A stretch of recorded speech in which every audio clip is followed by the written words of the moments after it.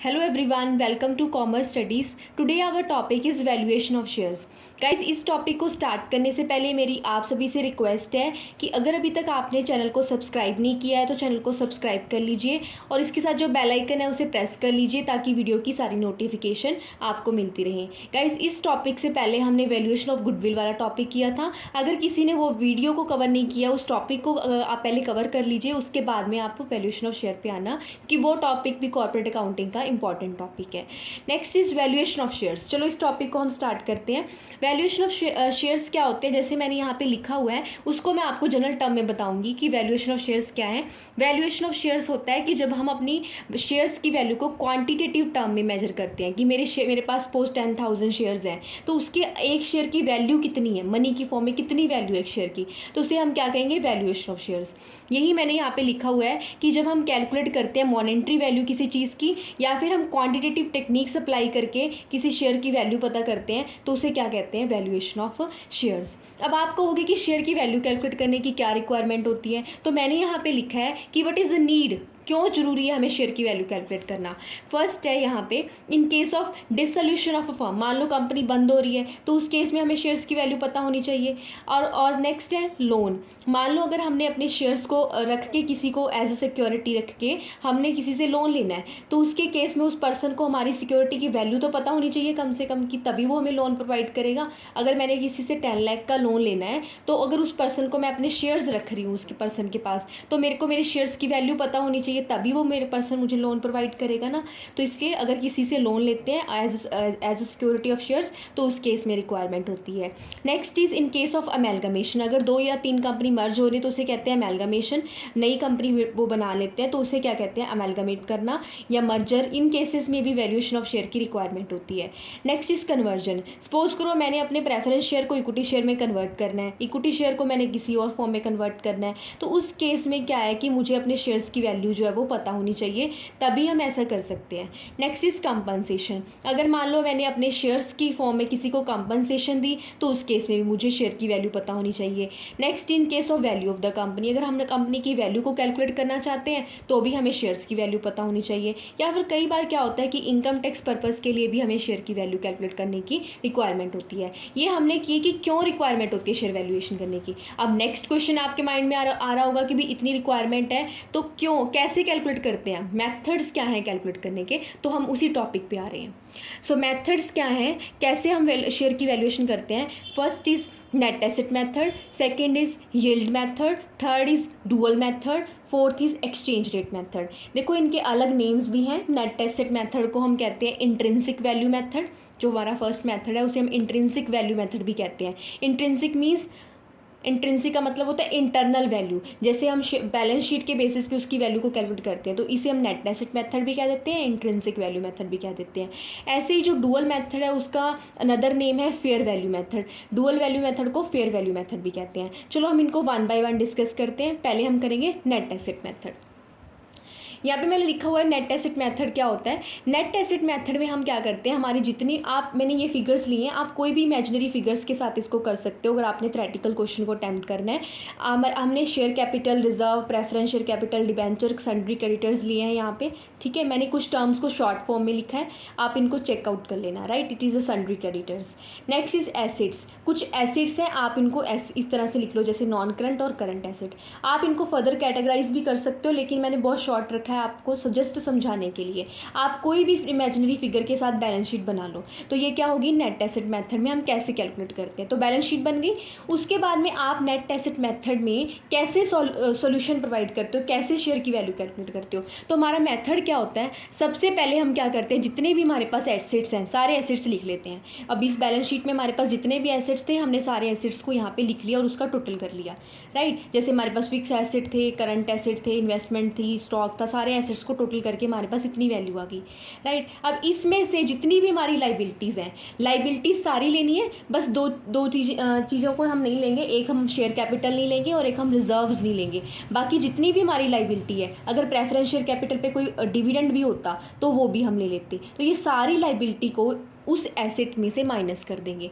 क्या करेंगे, total assets ले लेंगे, उसमें से जितनी भी लाइबिलिटी है, preference share capital, debenture, sundry creditor, सारी लेके उसमें से माइनस कर देंगे। तो जितनी भी वैल्यू हमारे पास आई तो हम टोटल वैल्यू को क्या करेंगे, टोटल वैल्यू को हम डिवाइड कर देंगे। डिवाइड किसके साथ करना है, हमने डिवाइड हमने नंबर ऑफ इक्विटी शेयर्स के साथ करना है। जितने इक्विटी शेयर के नंबर है उससे हमने डिवाइड कर दिया। तो हमारे पास क्या आ गया, 15 पर शेयर। तो ये कैसे, कौन सा मेथड था, नेट एसेट मेथड। एक बार रिपीट कर देती हूँ, नेट एसेट मेथड में सारे एसेट में से सारी लाइबिलिटी को माइनस कर लेना है, जितनी वैल्यू आई उसको नंबर ऑफ इक्विटी शेयर से हम डिवाइड कर देंगे। देखो मैंने यहाँ पे ये सब कुछ ही किया है, सारे एसेट्स ले लिए, एसेट में से सारी लाइबिलिटीज़ माइनस कर दी। लाइबिलिटी माइनस कर रहे हो तो शेयर कैपिटल नहीं माइनस कर देनी, उसकी तो हमने वैल्यू कैलकुलेट करनी है। तो शेयर कैपिटल और रिजर्व को छोड़ के बाकी सारी लाइबिलिटी माइनस कर दी। माइनस करने के बाद उसको नंबर ऑफ इक्विटी शेयर से अगर हमने डिवाइड कर देंगे तो हमारा क्या आ जाएगा, नेट एसेट मेथड के अकॉर्डिंग शेयर की वैल्यू आ जाएगी। आई थिंक आपको क्लियर हो गया होगा। ये था नेट एसेट मेथड। देखो मैंने यहाँ पे लिखा हुआ है नेट एसेट मेथड। नेक्स्ट इसे हम इसका एक और नेम भी था, इंट्रिंसिक वैल्यू मेथड भी इसे कहते हैं। इंट्रिंसिक समझ आ गया ना क्यों कहते हैं, क्योंकि हम अपने ही बैलेंस शीट से उसकी वैल्यू कैलकुलेट करते हैं। Next is yield method. चलो हम नेक्स्ट मेथड करते हैं, that is yield method. Yield method के लिए भी आप कोई भी इमेजिनरी फिगर्स ले सकते हो। जैसे पहले इसका फॉर्मूला लिखेंगे हम। अगर आप इस क्वेश्चन को अटेम्प्ट करते हो तो पहले इसका फॉर्मूला लिखोगे। वैल्यूएशन ऑफ शेयर के लिए इसमें क्या होता है, हम क्या करते हैं, possible rate of dividend divide by normal rate of dividend. क्या फॉर्मूला होता है इसका, possible rate of dividend divide by normal rate of dividend into multiply में क्या करेंगे, paid up value of shares, right. इसको हम ऐसे लिख लेंगे, पॉसिबल रेट ऑफ डिविडेंड। अब हमारे पास एक term I possible rate of dividend. तो पॉसिबल रेट ऑफ डिविडेंड कैसे सॉल्व होगा, पॉसिबल रेट ऑफ डिविडेंड के लिए ये फॉर्मूला होता है टोटल प्रॉफिट की, जितना भी इक्विटी शेयर होल्डर के लिए जितना भी डिविडेंड देने के लिए जितना भी प्रॉफिट अवेलेबल है वो divide by total paid up equity share capital, right. तो ऊपर जो हम नॉमिनेटर में लिखेंगे उसको कैलकुलेशन करने का फॉर्मूला ये है। और नॉर्मल रेट हमें क्वेश्चन में गिवन ही होता है, और इनटू हम क्या करेंगे, paid up value of shares. तो इससे हमारी क्या आ जाएगी, वैल्यूएशन ऑफ शेयर्स। अगर अभी तक आपको क्लियर नहीं होगा तो चलो एग्जाम्पल देखते हैं, वहाँ से क्लियर होगा। जैसे देखो मैंने यहाँ पे लिखा कि एक्सपेक्टेड प्रॉफिट मेरा सारा इंटरेस्ट और टैक्स देने के बाद कितना मेरा प्रॉफिट है, 1 लाख है। इस टर्म से मैं कंफ्यूज मत होना, ये क्या है, प्रॉफिट है, मेरा 1 लाख का प्रॉफिट है। उसके बाद में रेफरेंस शेयर कैपिटल मेरी 2 लाख की है, और उस पर जो डिविडेंड है वो है 10%, और इक्विटी शेयर कैपिटल हमारी 20 लाख की है, और पेड अप उसकी वैल्यू मतलब एक शेयर की वैल्यू जो है वो उसकी कितनी है, 10 पर share. Next is normal rate of dividend, हमें दिया हुआ है 10%। तो हम इस मेथड के अकॉर्डिंग कैसे कैलकुलेट करेंगे, तो हमें इस मेथड के अकॉर्डिंग पहले ये वाला फॉर्मूला लगाना पड़ेगा, क्योंकि हमें पॉसिबल रेट ऑफ डिविडेंड नहीं दिया हुआ। नॉर्मल रेट ऑफ डिविडेंड हमें क्वेश्चन में गिवन है, ये नहीं दिया हुआ, तो इसके लिए हमें ये वाला फॉर्मूला लगाना पड़ेगा। ये वाला फॉर्मूला क्या कहता है कि जितना भी प्रॉफिट अवेलेबल है divide by total paid up equity share capital. तो देखो प्रॉफिट का करते हैं पहले। हमें प्रॉफिट 1 लाख दिया हुआ है, उसमें से प्रेफरेंस शेयर कैपिटल की जितना भी डिविडेंड होता है वो हम माइनस कर देते हैं। माइनस करने के बाद हमारे पास कितना बच गया, 80,000 divide by equity share capital कितने की थी, 20 लाख की। 20 लाख को डिवाइड किया इंटू 100, तो हमारे पास कितना आ गया, 4%। तो 4% क्या आ गया, पॉसिबल रेट ऑफ डिविडेंड। अब possible rate of dividend divide by normal हमें क्वेश्चन में दिया ही हुआ है, into paid up value of share, वो कितनी है, 10। तो हमारे पास क्या रेट आ गया, 4, राइट। तो हमारा बहुत ही सिंपल मेथड है ये। आप इसके अकॉर्डिंग इस फॉर्मूले के अकॉर्डिंग कोई भी इमेजिनरी फिगर लेके उसको सॉल्व कर सकते हो। आई थिंक क्लियर हो गया होगा। क्लियर, एक बार आप इसका स्क्रीनशॉट लेके अपने आप सॉल्व करके देख सकते हैं। Next is dual method. Dual method is very easy. इसमें क्या है कि जो हमने पहले 2 मेथड से कैलकुलेशन करनी सीखी है, दोनों को हमने ऐड कर देना है। आपने क्या करना है, एक क्वेश्चन लेना है, कोई भी बैलेंस शीट के अकॉर्डिंग इंट्रिंसिक वैल्यू के अकॉर्डिंग शेयर की वैल्यू निकाल लेनी है, जो हमने सबसे पहले किया था net asset method.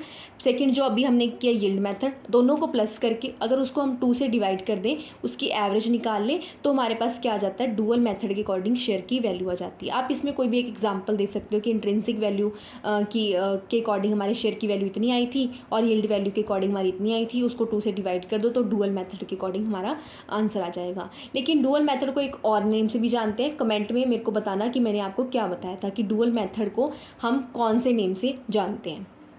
Next is exchange method, exchange rate method. मैं आपके कमेंट का इंतज़ार करूँगी, आप मेरे को बताना कि मैंने क्या कहा था।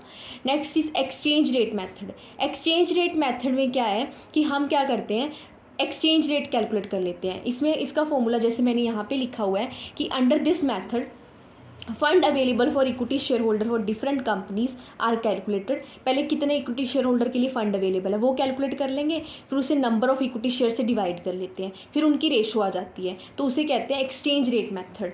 जैसे देखो मेरे पास टोटल एसेट कितने थे, यहाँ पे 10 लाख के थे, यहाँ पे 20 लाख के थे। उसके बाद में मैंने उसमें से डिबेंचर्स और क्रेडिटर्स माइनस कर दिए, तो यहाँ पे 6 लाख रह गया, यहाँ पे 12 लाख रह गया।